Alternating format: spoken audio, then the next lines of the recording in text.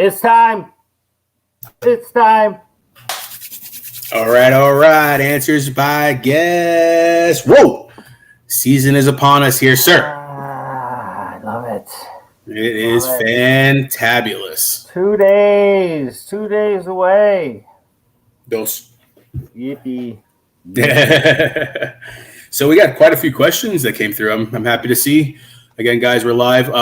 Couple things. This is the episode 1, guys. This is where we're going over your waiver wires questions and then giving you a Thursday night preview.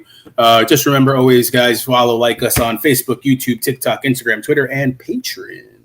All right. And if you guys are watching this on the group so we know who the heck is commenting, please consent to the StreamYard form. But guess. Yeah. I have some good information. I saw somebody sign that, holy crap, today. Dusting off some old players. I know it's one of the questions that are going to be coming up.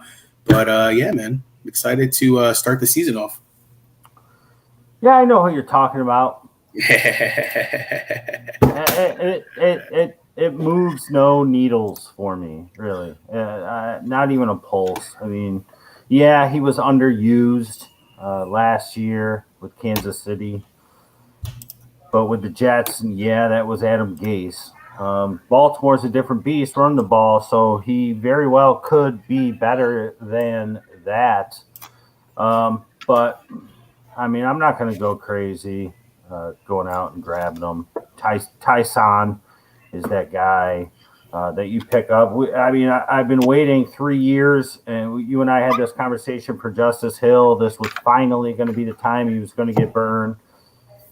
And, of course, no, he's not. Poor guy, man. Hope he comes back stronger than ever.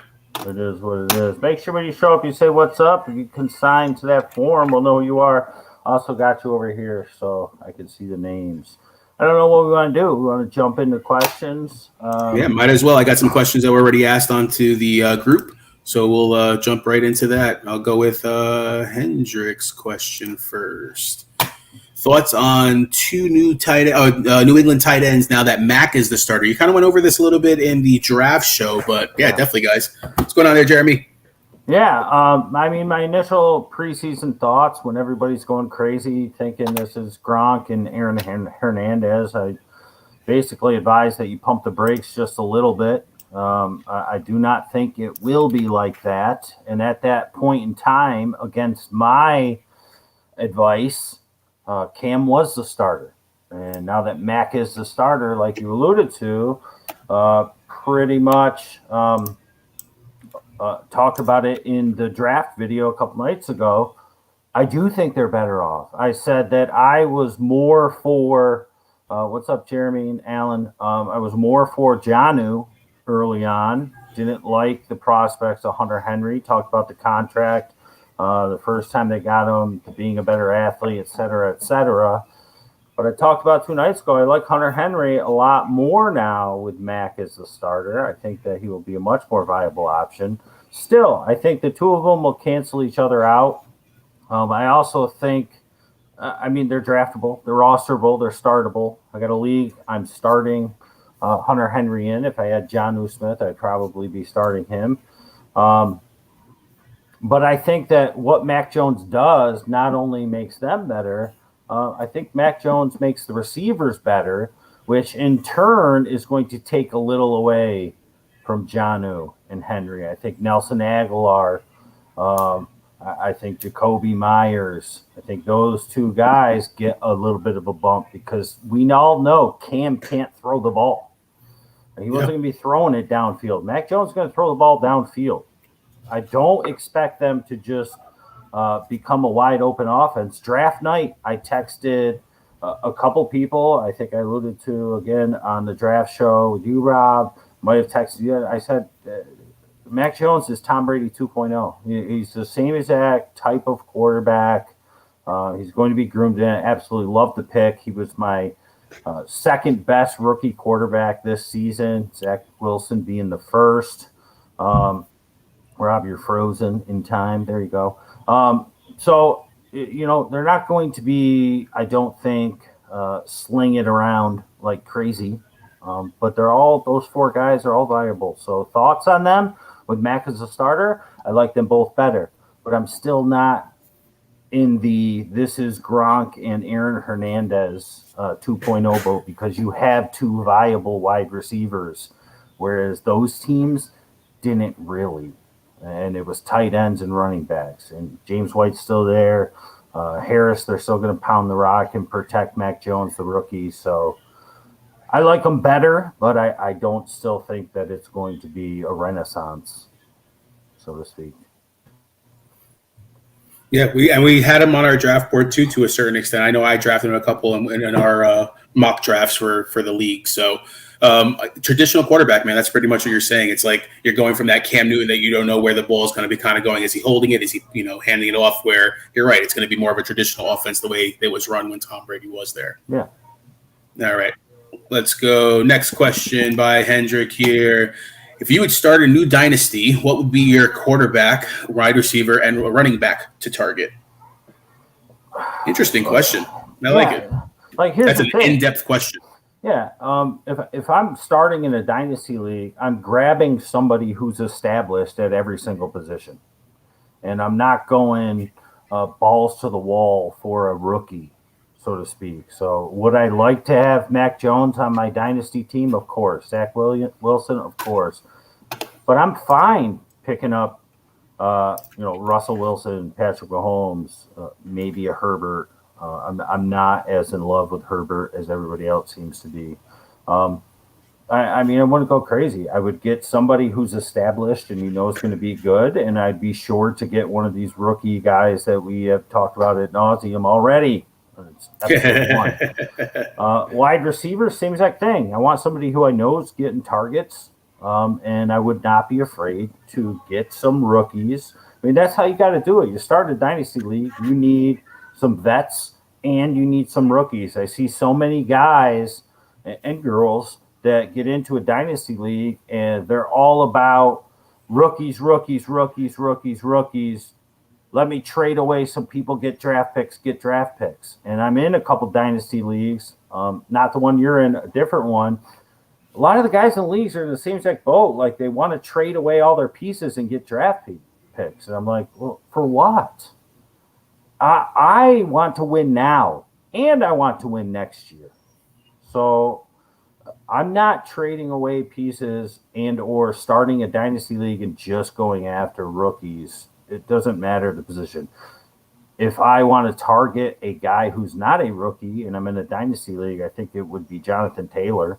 I think he's in a perfect situation with a good defense, good youngish defense, great offensive line, and he looks the part. I think that Jonathan Taylor is somebody who I would be sure to target at running back.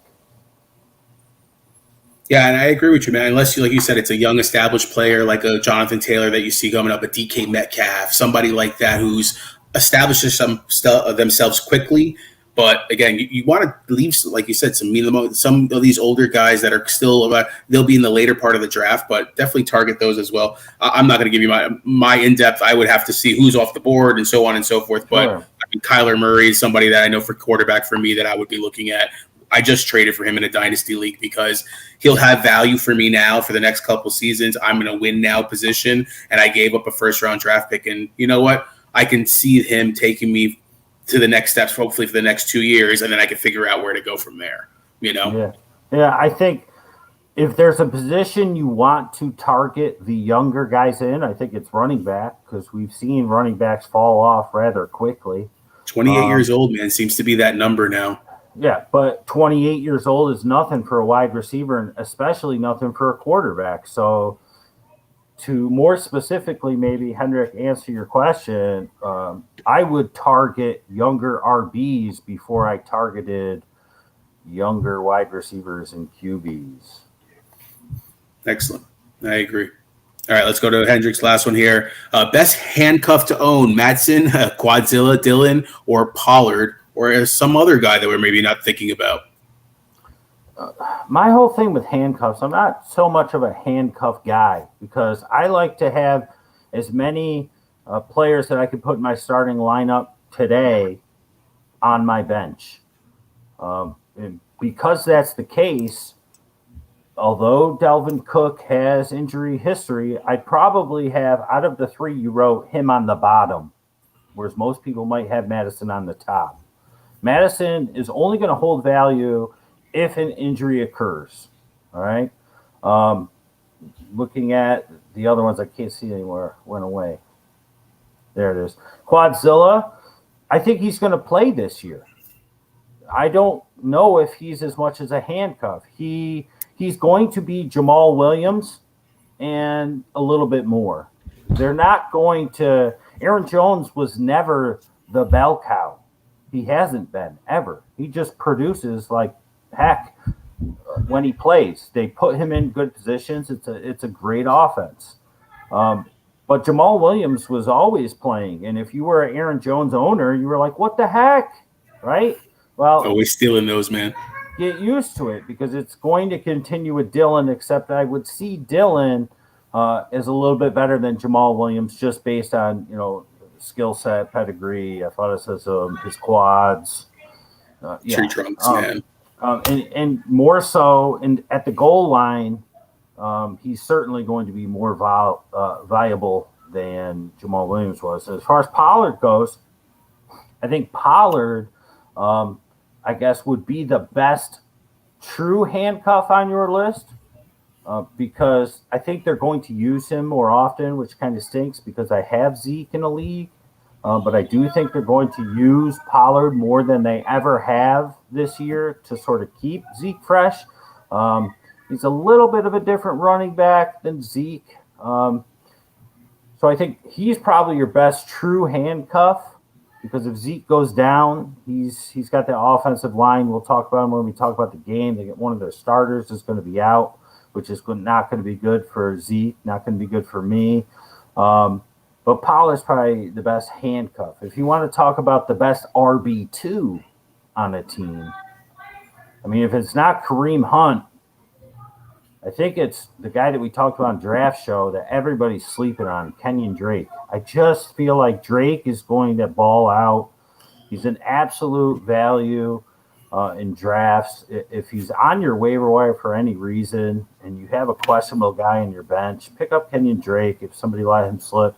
I just feel like Josh Jacobs has been in and out of the injury tent too much the past couple of years. Drake has been productive the past 2 years. He had a great season last year, very underrated season. Go back and look at his stats. And I think he's going to be good. I think he's going to do exactly what the Raiders need him to do. He's going to catch a ton of balls as well. Interesting that you're saying Kenyon Drake, because I was reading an article about Josh Jacobs, and it's pretty much exactly what you're saying. You know who's been coming to my mind recently? Damien Williams from Chicago. He's now the RB2 over there. And you're not hearing a lot about him, but somebody that I'm putting on my watch list, because if they're saying that Monty's getting the ball 20-plus times a game, if something happens to Monty, that should be Damien Williams moving in there.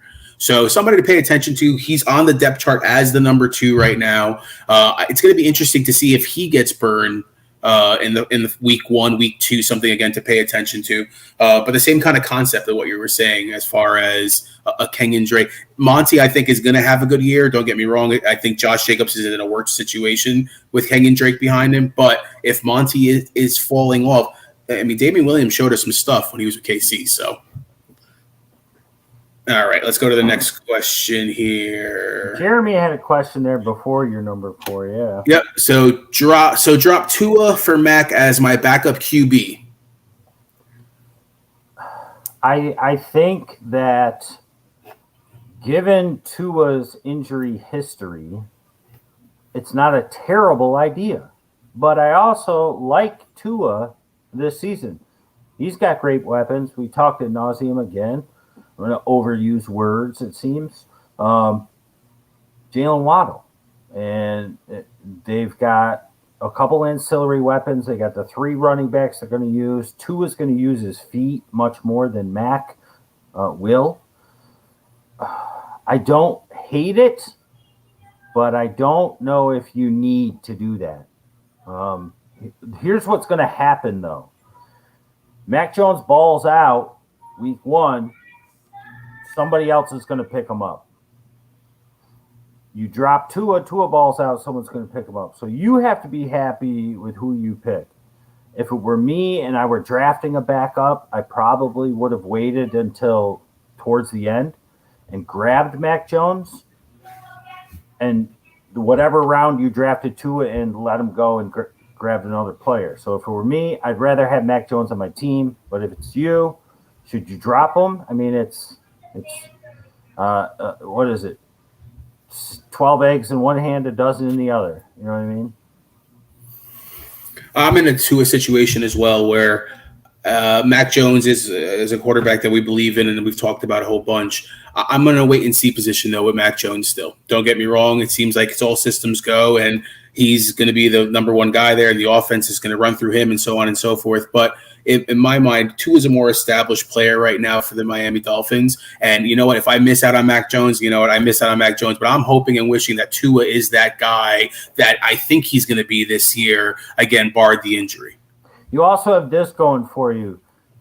I think that the Patriots will open up the offense, as I talked about in the beginning of the show, but they are going to still go through the run. I think Miami will be much more wide open, spread out, throwing the ball. So it gets close. You're going to have probably more points for Tua than Mac. They're close to the goal line or inside the 5. You probably are going to have Damien Harris, or if they throw Stevenson in the game, have a better chance of them punching it in than you would any of the Miami guys. And yeah, I know Malcolm Brown, all he does bullshit TDs, but I would see Miami throwing the ball more and maybe even Tua running it in more. So I would just hold on to Tua. It's your backup quarterback. It's not the end of the world. They're both viable. And you got to think during the season, there's going to be ups and downs, and there's going to be guys that are going to be emerging. And again, we hope no injuries for anybody, but again, that's part of the game. So if you miss out on one, we're going to have hopefully 3 more that it's going to be viable options for you. All right, let's go to Brendan's question. Michael Carter, good pick. Will he be a sleeper this year? Yes and yes. I'm probably, as always, right? Anybody that's watched the show for the past 4 years, for this year, the 5 seasons, I'm in the minority probably, but I think the Jets are going to be way better on offense than anybody really thinks that they're going to be. People are still talking about the Jets as a laughingstock. Adam Gase was the reason. If they still had Sam Darnold and didn't have Adam Gase last year, they would have been better on offense. It was Adam Gase was the problem. They're going to be better. They got better weapons at wide receiver this year. New coach, new mentality, and what's his face? Tevin Coleman is. We talked about this again on draft night.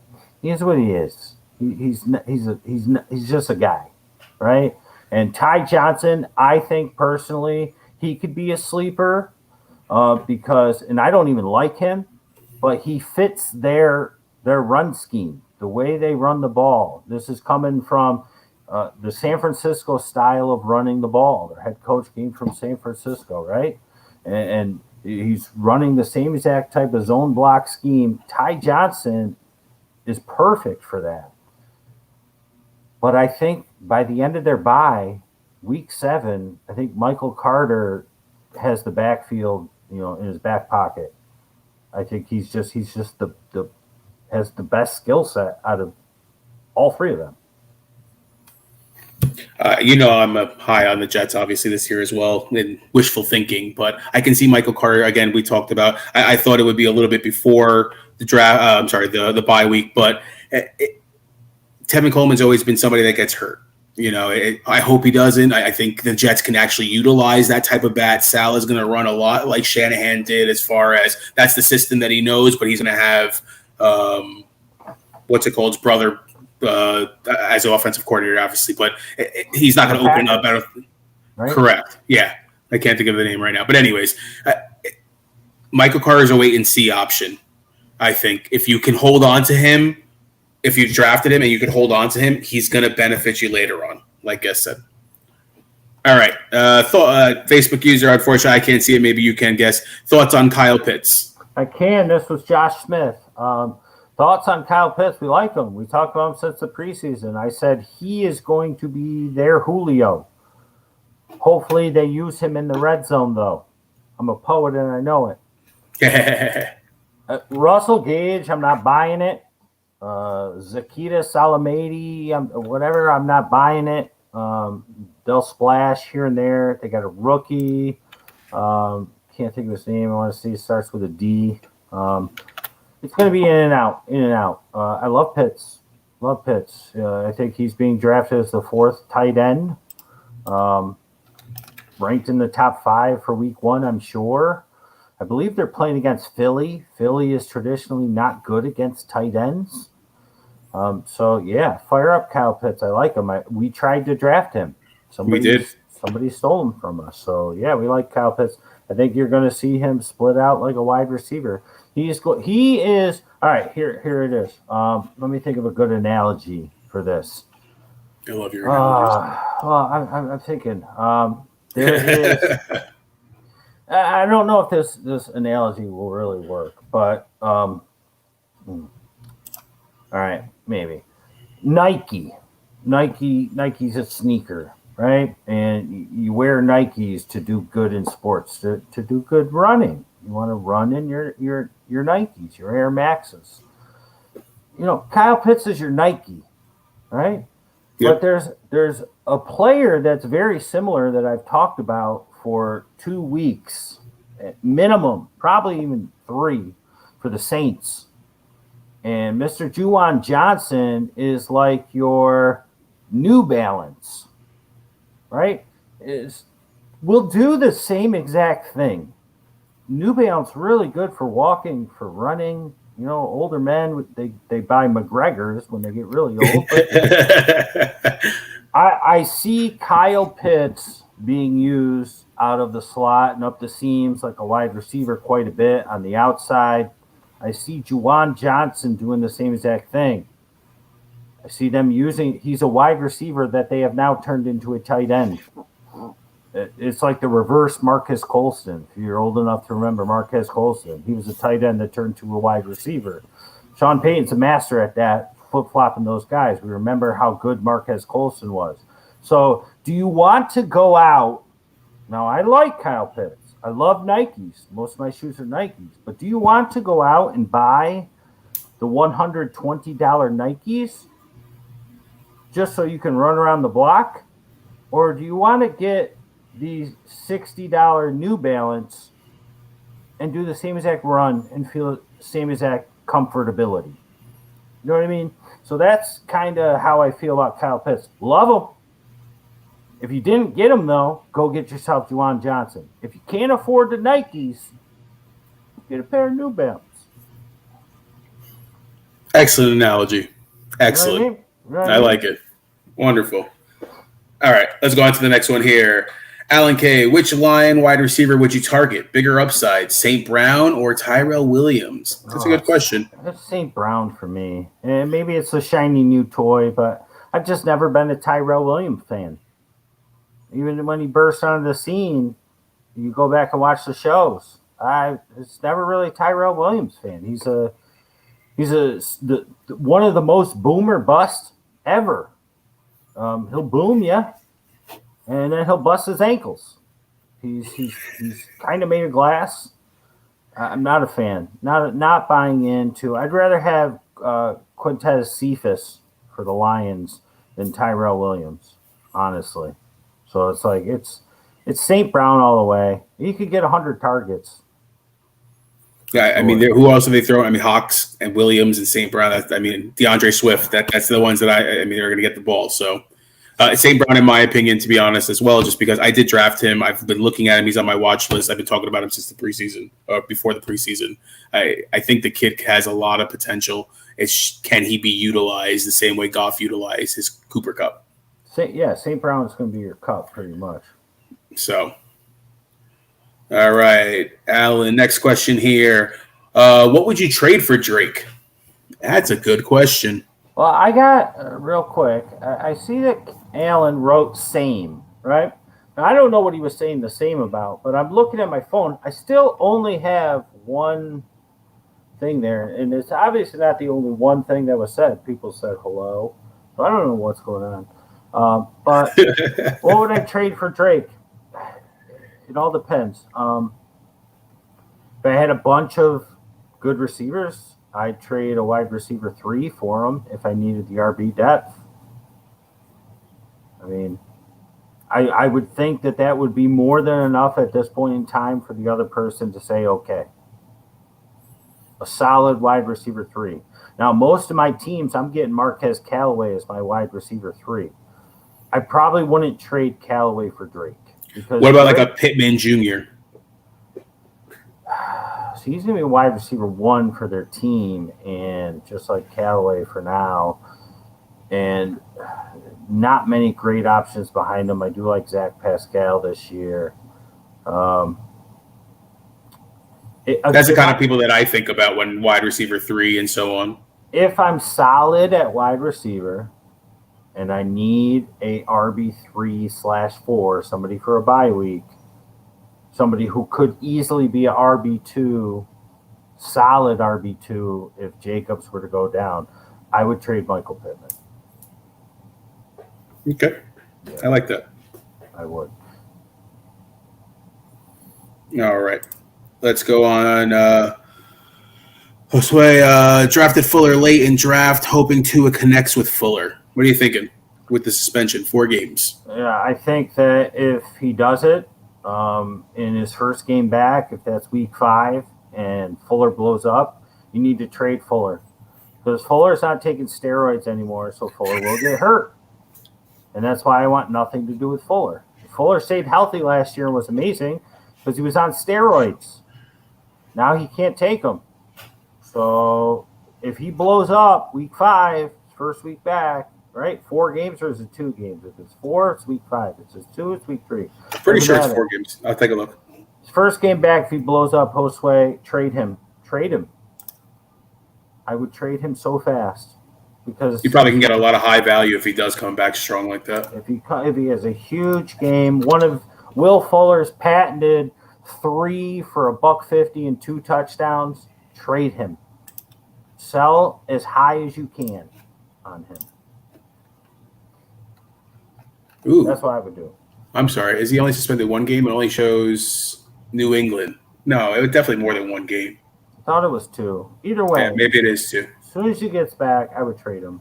I mean, maybe I'm wrong. I've been wrong before, but I'm not buying into Fuller helping anyone for an entire season without injury. It's just it happens. He has a blow-up game, and then he gets hurt the next game. I mean, go back and look. It happens. Too much. All right, Alan K. Better season, Zach Wilson or Mac Jones? I'm on the record from day 1 having Zach Wilson be my best quarterback from the draft class, and I'm on record saying that I think he's going to win Rookie of the Year, so it's got to be Zach Wilson. The Jets are going to be wide open, more so than the Patriots. Patriots are going to rely on the run game and their defense and being smart with Mac. So it's Zach Wilson, better fantasy, and just a better overall statistical season. I hope so. I sure hope so. All right. Going to need Coleman injury for Carter to take over because T.Y. isn't. Yeah. It's going to be a 3-headed monster week 1. And we'll go from there. This is a long one. I'll let you read it. You want me to do a read aloud? Yeah, I can't even see it, to be honest with you. Okay. Any credence to help to keeping 2 defenses in a fab league with 8-player bench? I have San Francisco and Denver is on the waivers. I would need to drop Ahmed or Paris Campbell. Other benches: Lance, Chase, Carter, Rondale Moore, Rojo, or Juwan Johnson. I like the idea of having 2 matchups each week because these seem to always have at least one favorable matchup. Thanks for answering the question. You're welcome. Is there credence to keeping 2 defenses in a fab league with an 8-player bench? Yes. There's been times with a 7-player bench where I've had 4 defenses at any given time from time to time, specifically towards the end of the season. Because I look ahead and I see the matchups and I know I'm going to the playoffs and I want to make sure I have the best defense ready to go. I typically like to keep once the season gets going and some bums surface and I knew I can scuttlebutt them out the room. I like to keep 2 defenses because then I can play the matchups just like you're saying. And that's even in 6 bench spot leagues. So, yes, there is credence to that. Yes, I would advise that. And San Francisco, and with Denver on the waivers, Denver is a fine one. They're going to have a couple decent matchups for sure. So, yeah, I don't see any problem with it. If I were to drop any of them right now, your bench, you have Chase, Moore, and basically Juwan as backup wide receivers because Juwan's a tight end / wide receiver. So hopefully the league gives him that. And because that's the case, I would probably drop Campbell. Now, I think Campbell has a chance to be more valuable this season than Ahmed, but he's in a 3-headed committee at this point. I'm, again, here we go, in the minority. I don't like Myles Gaskin at all this year. I think Ahmed is the best running back on the team, and Malcolm Brown is going to vulture touchdowns as long as he's healthy from both of them. But running backs are gold. So what I would do is I would drop Campbell, pick up Denver if you want to have the 2 defenses. Then I would maybe try and trade Ahmed and maybe like a Rondale Moore or something for a better running back if possible, and pick up Campbell again. Play around with it, but I would drop Campbell just because of your depth. You got 3 extra wide receivers sitting there on the bench plus Campbell. That makes 4. You got 3 running backs. Carter, you got to wait on. Rojo, I think, is going to be the starter clearly until Bruce Arians does something dumb. And Ahmed just needs Gaskin to either get hurt or fumble his opportunity. But running backs are gold. You can find another Paris Campbell somewhere, I think. All right. Marty P, I guess Tony Jones Jr. is a great waiver pickup since Saints released Murray. With all the murky backfields out there, how do you rate him as a backup to Kamara versus other team's second running back? Tony Jones Jr. is going to be more valuable to you than I think Latavius Murray was going to be. Murray's pretty old. I think 31. I remember when he came in the league. Remember, Rob? I called you on the phone. I was like, dude, I just picked up this guy, Latavius Murray. He's freaking awesome. You're like, what? I don't even know who he is. I'm like, dude, he's awesome. And it was Monday afternoon, and Monday night was the game they played against the Chiefs, I believe, for the Raiders, and he busted off like 2 98-yard touchdowns. Something like that. Then he got hurt. but I had so many points from him that it didn't matter. I won that game. I like Murray. I've always been a Latavius Murray fan. But at the end of his career, they were going to dump him in the offseason, was what they were basically saying. The preseason, many people were surprised he even made the team. I think Tony Jones Jr. is a great waiver wire pickup because he's a little more similar to Kamara. So if Kamara were to unfortunately go down, he's going to step right into that role. I think no problem. So yeah, go out and pick him up. How do I rate him as a backup versus some of the other teams' second RB? We were talking about a bunch earlier. I would rather have him. I'd rather have him than Madison. I'd rather have him than. I think I'd rather have him than probably just Madison. Madison. I was going to say the same. I don't know. I think he's really close to what's his face for the Cowboys. I can't even think of his name. Pollard. I think he's really close to Pollard. But I think I'd still rather have Pollard than Tony Jones Jr. All right. Jeremy, adding to Marty's question, is Murray still stashable? He's a solid back. Someone would have to pick him up at some point, right? This kind of relates to the next question to a certain degree, and if you don't mind me jumping in here, I really think that if the Ravens should have waited a little bit more before signing Le'Veon Bell, and I think that would have been a good fit for the Ravens. They could still grab him. They could, don't get me wrong. But, I mean, you brought in Le'Veon Bell that's who your change of pace back's going to be from Gus Edwards. They signed Bell to the practice squad, right? A lot of people are flipping out about it. They've only signed him to this point, this minute in time, to the practice squad. The thought is that he will eventually go on to the 53-man roster, maybe even by Sunday. Who knows? If they get Murray off of waivers, I don't see a reason why both can't just go on the practice squad and they can make a decision at practice. Yeah. You know what I mean? That's true. But is he stashable? I wasn't stashing him to begin with. Probably mostly because I heard that he was likely going to get cut before the final cuts, and that never happened. And most of my drafts happened after the final cuts, but I still wasn't targeting him. So, yeah, he's a solid back, but I think there's better options out there. I'd rather stash a rookie and hope he pops off than stash Murray or Le'Veon Bell and hope that they get some scraps. You know, I'd rather stash Jarrett Patterson or Kenneth Gainwell or Larry Roundtree or Chris Evans or even Jermar Jefferson, is a name I haven't talked about, for the Detroit Lions. I'd rather stash them than Latavius Murray, because all of those guys have yet to play an NFL game.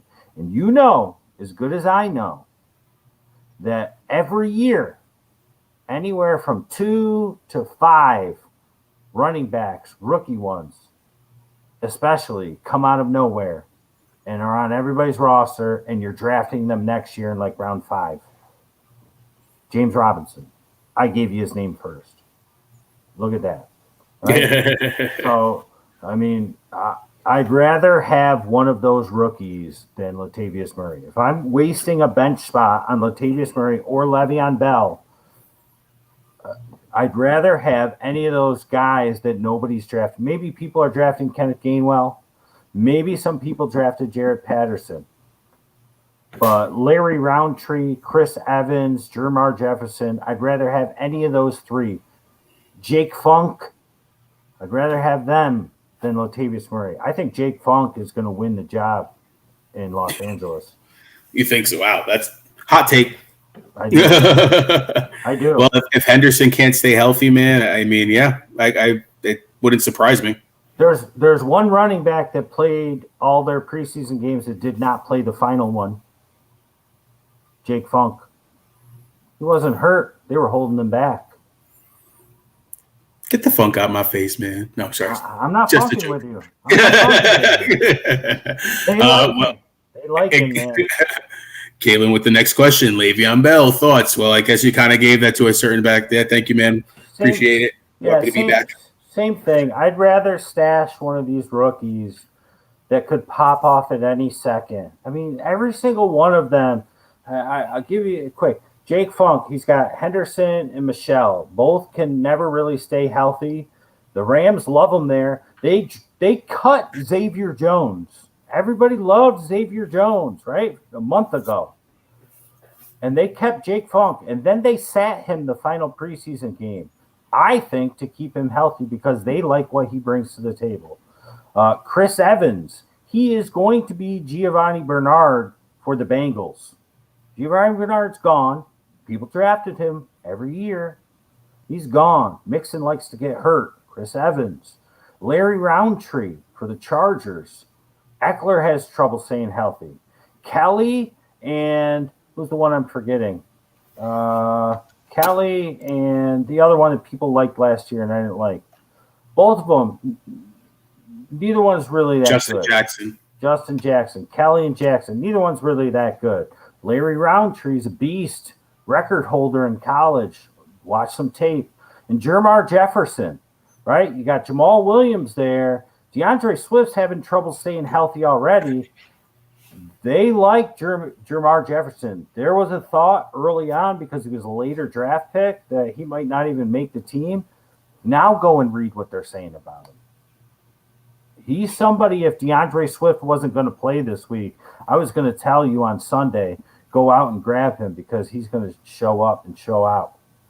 So those guys, I'd rather have them than Latavius Murray or Le'Veon Bell because they're on your bench and all you're doing is waiting for Latavius Murray to get a chance to get you 20 yards and maybe a goal line punch.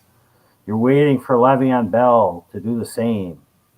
Why not wait with a rookie who could explode onto the scene, who has injury-prone guys in front of him, who they could be better than that guy?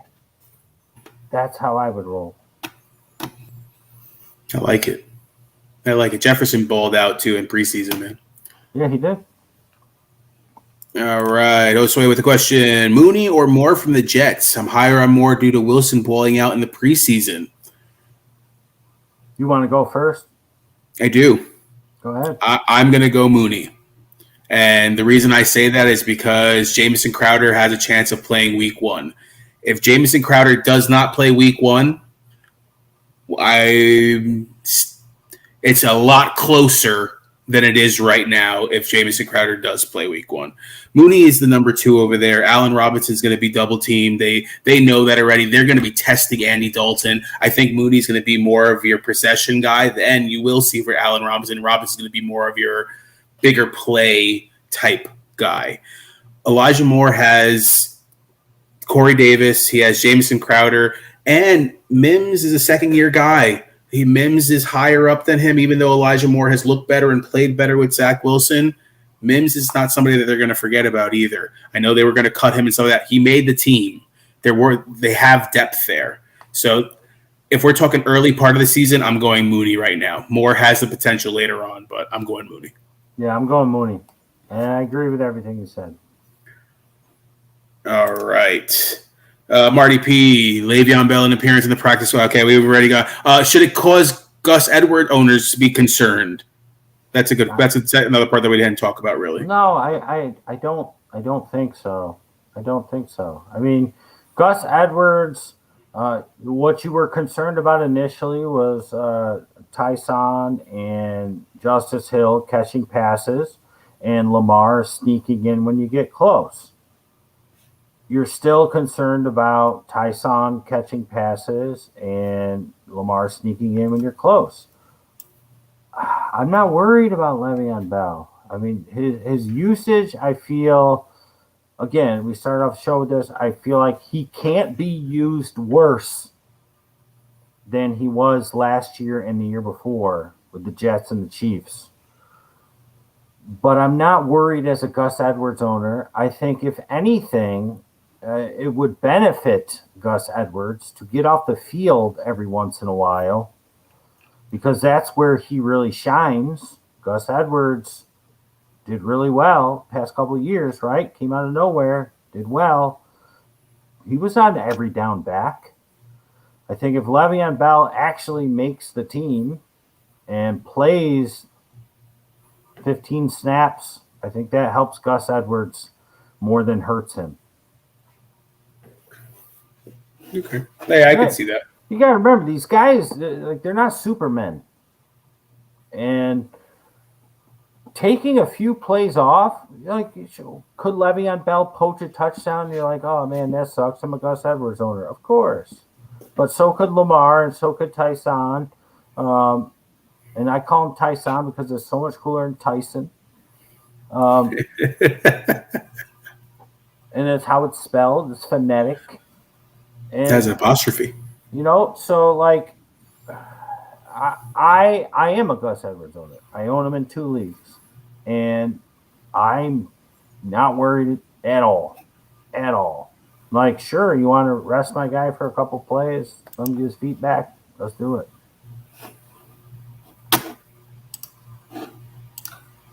Sorry, my little bit of a computer glitch here. That's okay.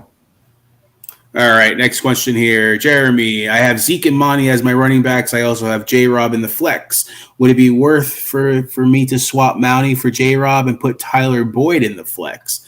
Good matchup for Boyd against the Vikings. Not so good for Monty against the Rams. Or will Monty be coming out of the gate hot, on fire?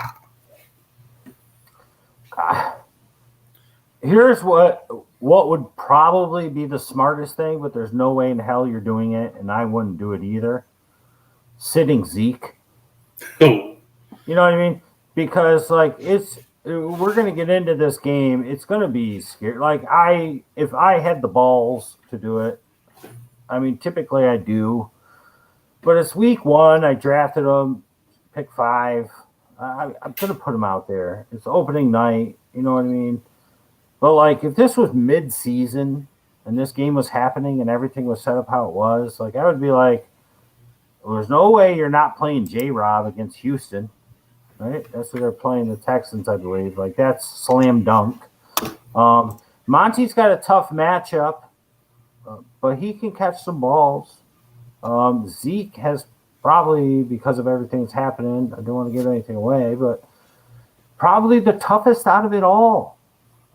But I would play the 3 running backs.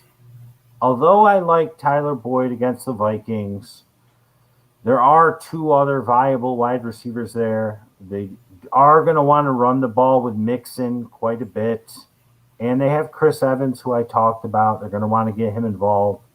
They got the dual tight ends that we've talked about, Drew Sample and Thaddeus Moss. So I love Tyler Boyd this year. We were targeting him as well the other night in our draft. But I would go with the 3 running backs because if they get close, you got that chance to punch it in. Go with them. What do you think, Rob? I'm going with who Eddie has in, like you said. Tyler Boyd. Jamar Chase, I think it's going to be a little bit better than people are thinking. I mean, I know he's been Mr. Fumble and not having the hands, but he's going to get targets because that's what everybody wants to see.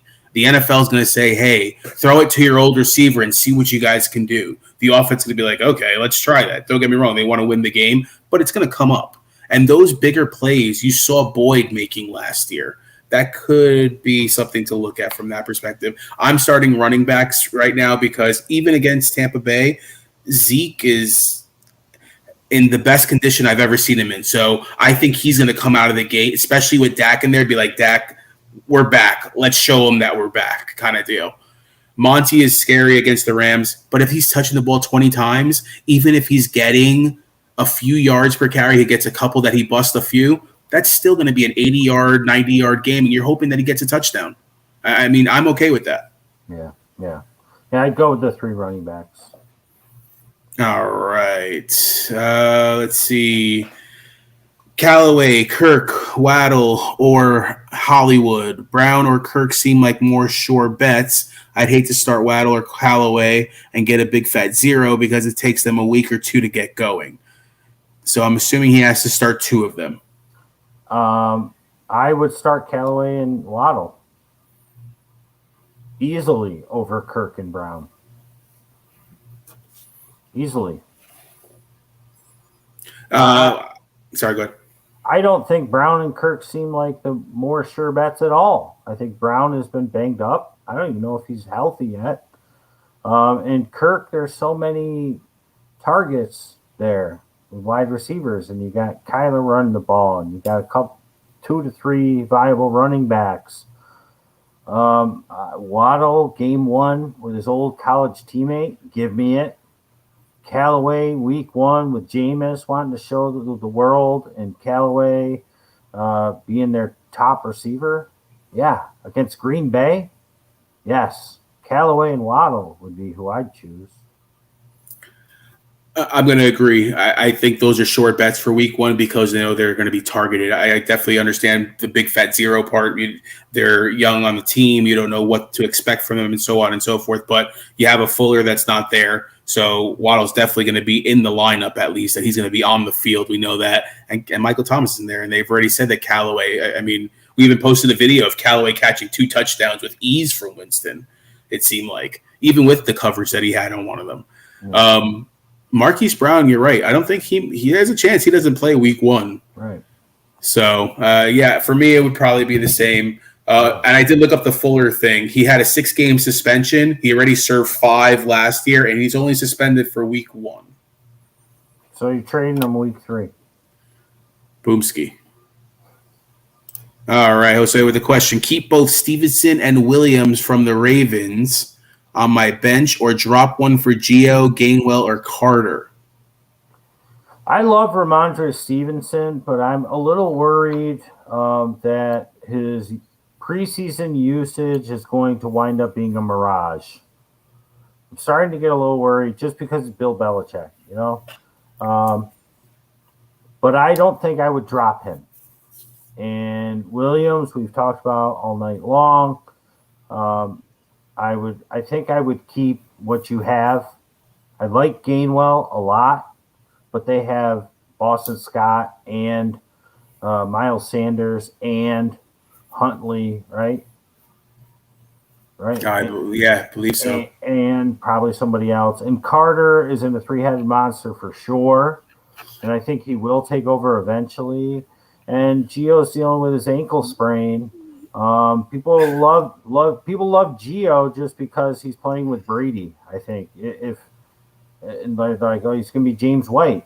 Okay, maybe, sure. But he's dealing with the high ankle sprain, and he's an older guy. I'll keep Williams and Stevenson. They're on your bench. It's fine. Write them out. They have Jordan Howard as well.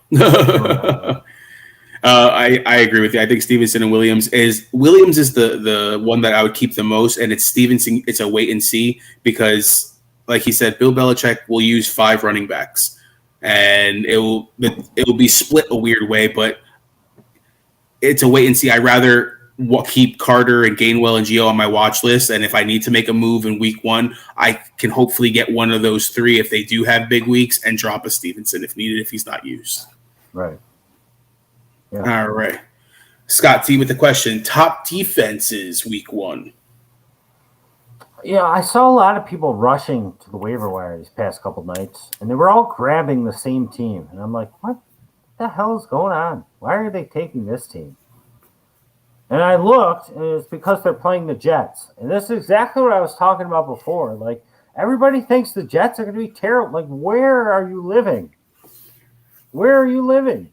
And it's not like you're picking up a good defense. Carolina has been one of the worst defenses in fantasy and real football forever. Forever. They haven't been good for a long time. So not the Panthers. I mean, I'm going to look at the list real quick. Washington, I think at home with Justin Herbert going cross country.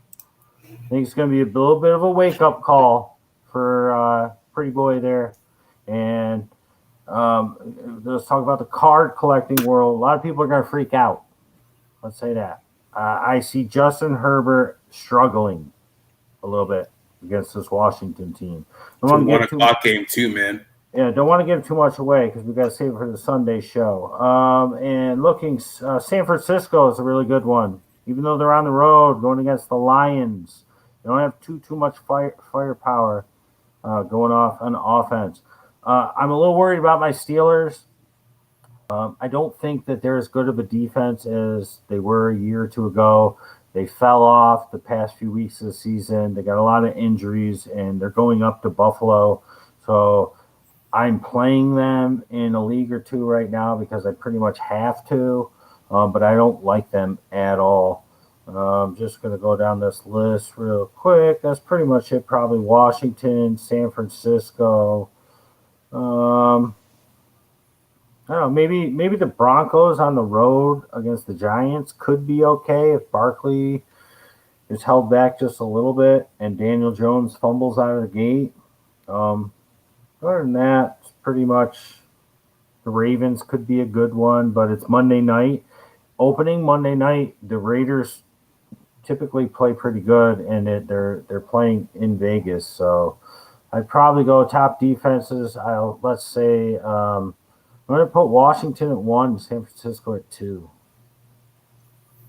A sleeper defense I'm looking at, even though the Falcons are home, is the Eagles. Eagles defense wasn't horrible last year. Their offense hopefully can keep them, moving and in the game. And I can see Jalen Hurts playing well. That may be somebody to just pay attention to if you are in a desperate situation. I mean, you've drafted somebody. You're not drafting the Eagles, but even for a pick 'em for the week or something like that, just watch the Eagles. Yeah. All right.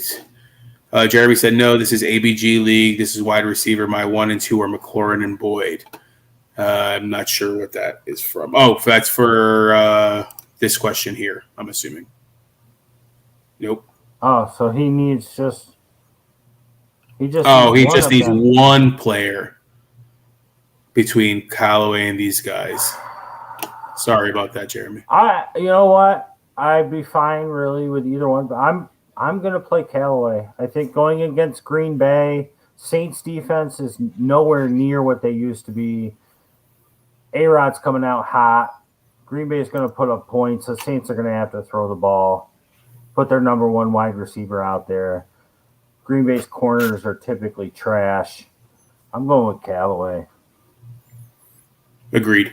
I think him and Winston have something nice going. Yeah, here's something that even myself overlooked. You see, I loved Callaway last year. A year ago this time, I was telling people to pick up Callaway because it was what was going on with Thomas. They had no other options, and they got him into a few games here and there. But I completely overlooked this fact. He was a bench guy. So was Jameis Winston. They practiced on the same team. They were with the twos. They know each other well.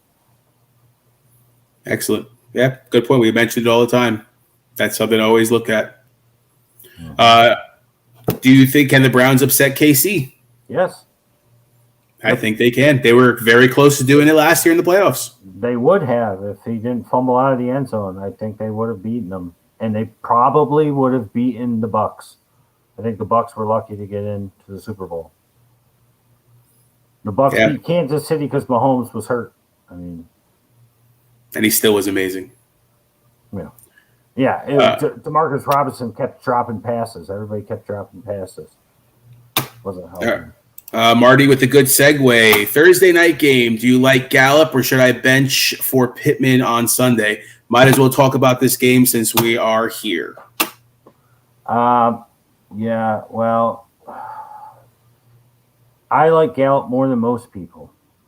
I just don't know how healthy Dak is. And that worries me just a little bit. And I think because with this game, here's my idea of how the game's going to go. Beginning of the season, defenses are typically ahead of offenses. It's just kind of the way it goes. There'll be some blow-ups and stuff, but defenses, it's a little bit more of a simplistic playbook, getting everything down, getting everything in sync. Now, with the Bucs, you would say, well, that doesn't really matter because it's every single starter that's coming back. And Cowboys are really close to the same exact as well. But I think that this game is going to be a little more low scoring than Vegas thinks. I think Vegas has had 52, which is much higher than I think.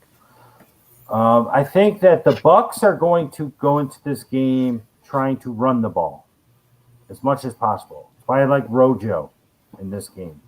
I think they're going to give every opportunity to Rojo to take the job and run with it. Pardon the pun. Fournette will be used, sure, but I think they're going to run the ball as much as possible.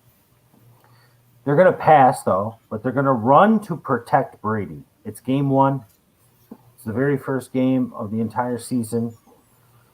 Run to protect Brady because the Cowboys are going to be coming after Brady for sure.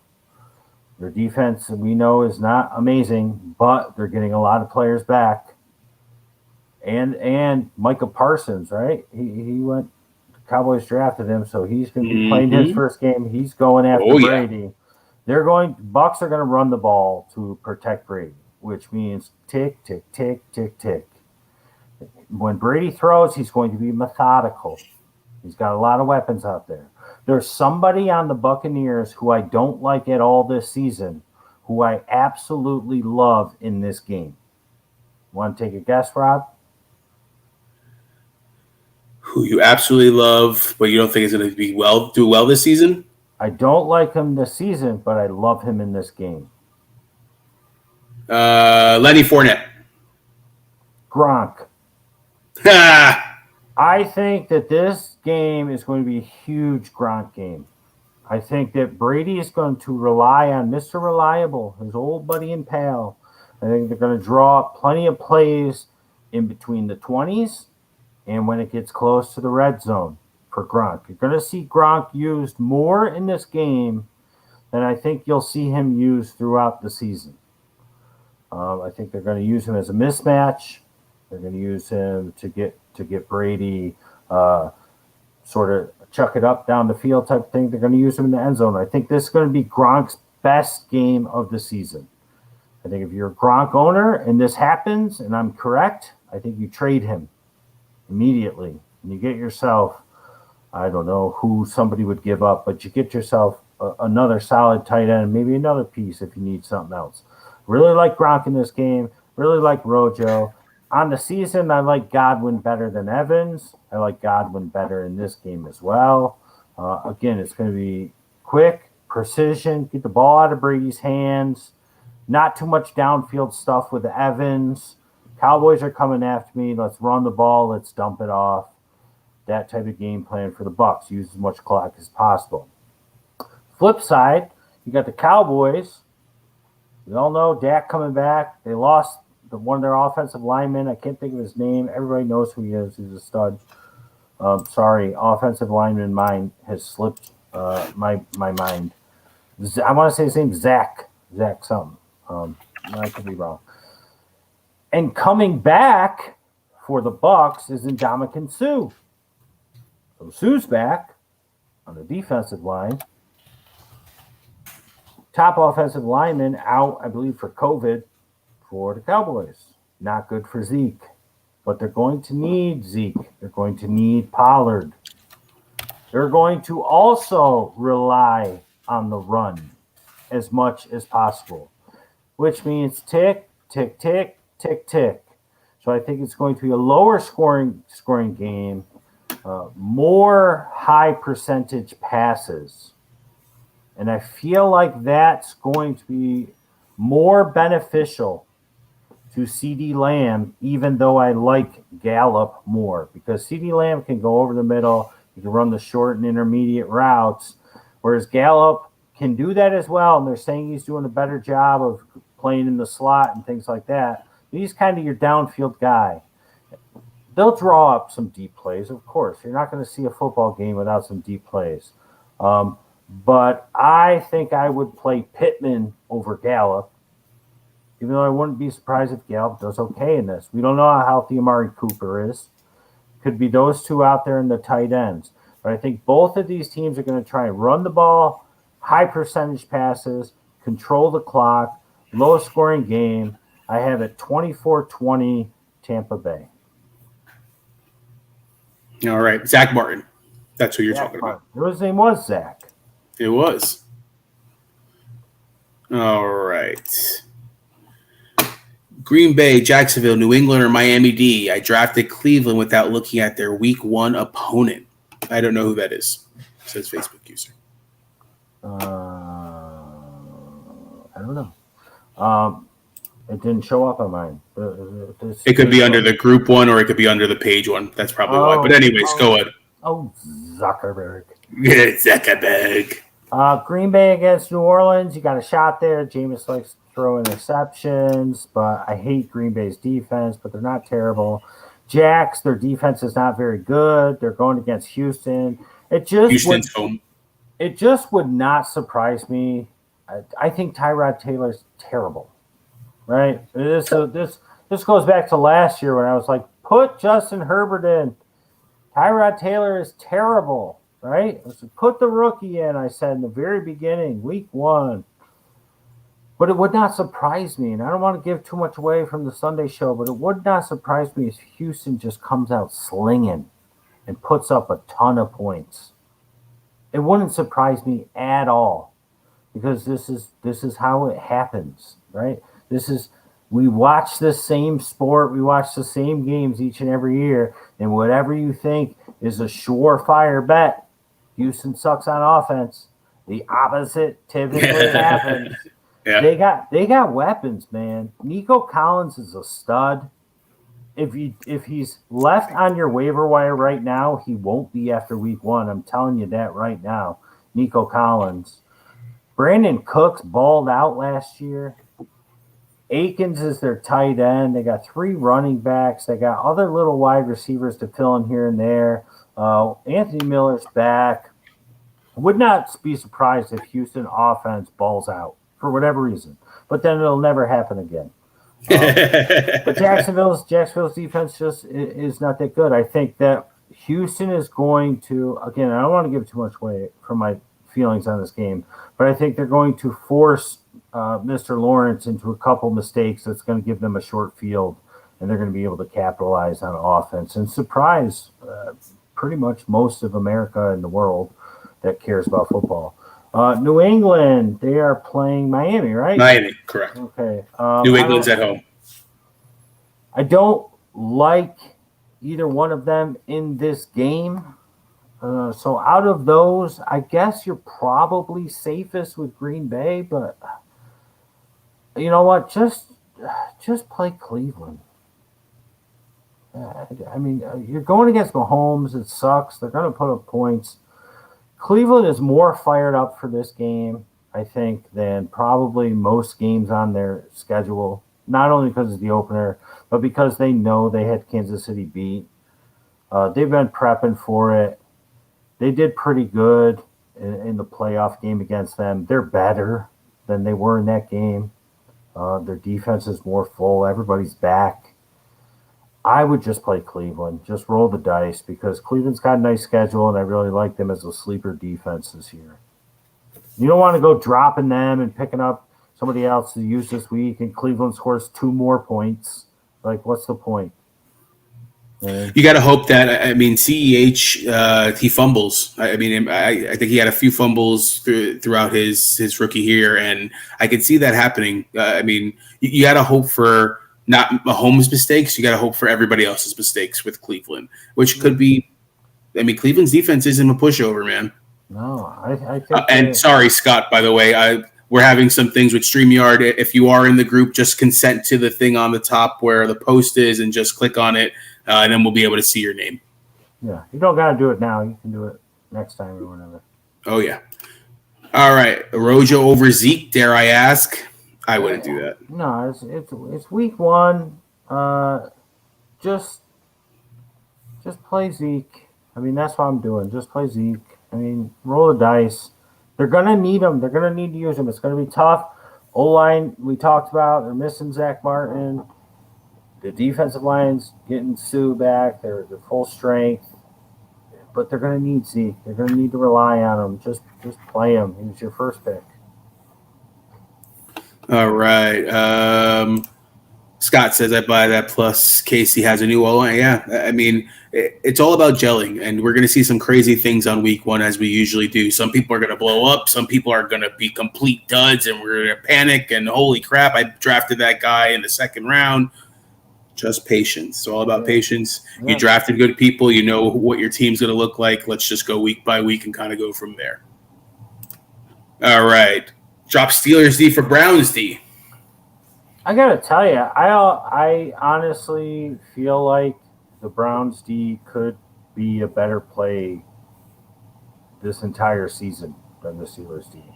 And I am a Steelers D owner in 2 leagues. Just because they carried over from last year. But I always had, to go back to another question, our first or second or third from the show, I always had another defense to put in just in case. But, I mean, I got no problem making that move. But that's up to you, man. That's up to you. Hey, Antonio. What's up, bud? Antonio? How are you, man? Welcome back. We're here for you guys, as always. That's the questions that I see. If you guys have any other questions, otherwise, guess. What are you thinking, man? Any final thoughts here, or? Yeah. Hold steady, right? Your mind, and this is why we love it. Your mind is going to go a million miles an hour from yesterday until Sunday morning. And when August started. But, like, you drafted guys. Feel confident in the guys you drafted. I'm throwing out some names. I'm throwing out some plays. Like the Steelers D and the Browns D. Steelers D, don't love them this week. Don't love the Browns really this week. I do love the Browns as a sleeper defense. I think the Steelers defense is just not going to be as good as we have them in our head as being. Does that mean just drop them to pick up another D? No, but if you want to, I'm okay with that.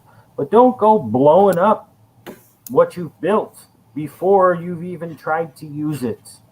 And even after this weekend, and I'll give you this speech again on Sunday, when it's all said and done and Monday night ends and you're looking at a loss, but you scored a bunch of points, maybe some of your good guys didn't do so good, and you had better players on your bench, don't freak out.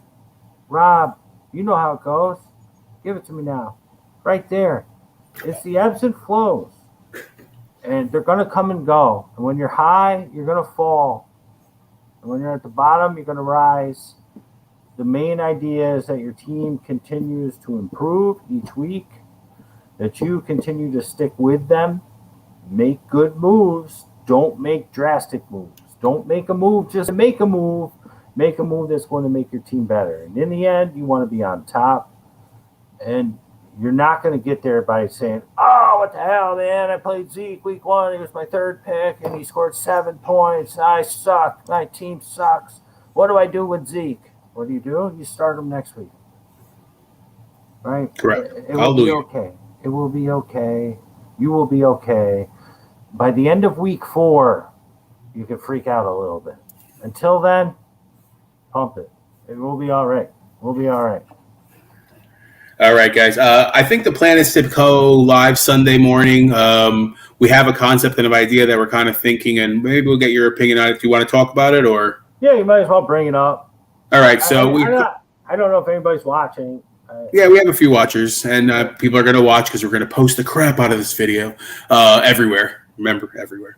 But pretty much what we're thinking about doing is on Saturday nights putting out videos of the games. Each individual game, our thoughts, probably 10, 15-minute videos so that you can get the information out to you ahead of time, and then going live on Sunday mornings for almost like a Q&A and update. I think that would be easier than being on a show for 2.5 hours and kind of just taking field. And don't get me wrong, that's what we absolutely love to do. But from a schedule standpoint, since, we're dads, we're husbands, we have careers, so on and so forth, it could be a little easier for us to kind of do it that way. But if we don't think that you guys are going to like that, then we're okay with that too. We'll go do our live show on Sundays. I think this Sunday, though, the goal is to be with guests. I don't know if it's going to happen yet, to be honest. Soccer hates football for some reason for my son's leagues. They like to play games at 1:30 in the afternoon. But anyways, Sunday will be a live show, and then possibly changing to that format going forward. So again, you guys can pick and choose the games that you're looking at, the players, and then ask for updates and your questions and your lineups on Sunday morning. Well, I see Jeremy said he liked it. Full disclosure from me, and I want to be honest. I'm always honest here. Rob pitched this idea to me. I liked it a lot. And then, I started to get sad. I started to have some reservations. And I'm like, man, I love the marathon. I love the Sunday morning marathon where we just start blow through anywhere from 12 to 16 games, and we just rip it, and then we answer questions, and I love it. And I think I would miss it entirely. But logistically, all feelings aside, doing a recorded videos that we could just put out there and you could click and watch Saturday night and Sunday morning until before or after we're live could maybe work better for us. So if it's okay, then we could do that. He said we got to get the ABG sign back up in the background. You used to have it on the post behind you. Oh. What the hell happened to it? Excellent question. But yes, we need to get some. Damn kids. Yeah, I need some new shirts, all that. Damn kids. All that stuff's going to be definitely updated. But again, guys, this is just an idea. Could we go live every Sunday and make it work? Possibly, but it'll probably be early the way we've done it in the past. Yeah. Again, being on the East Coast, for some of you West Coasters, it's definitely a lot tougher to join in.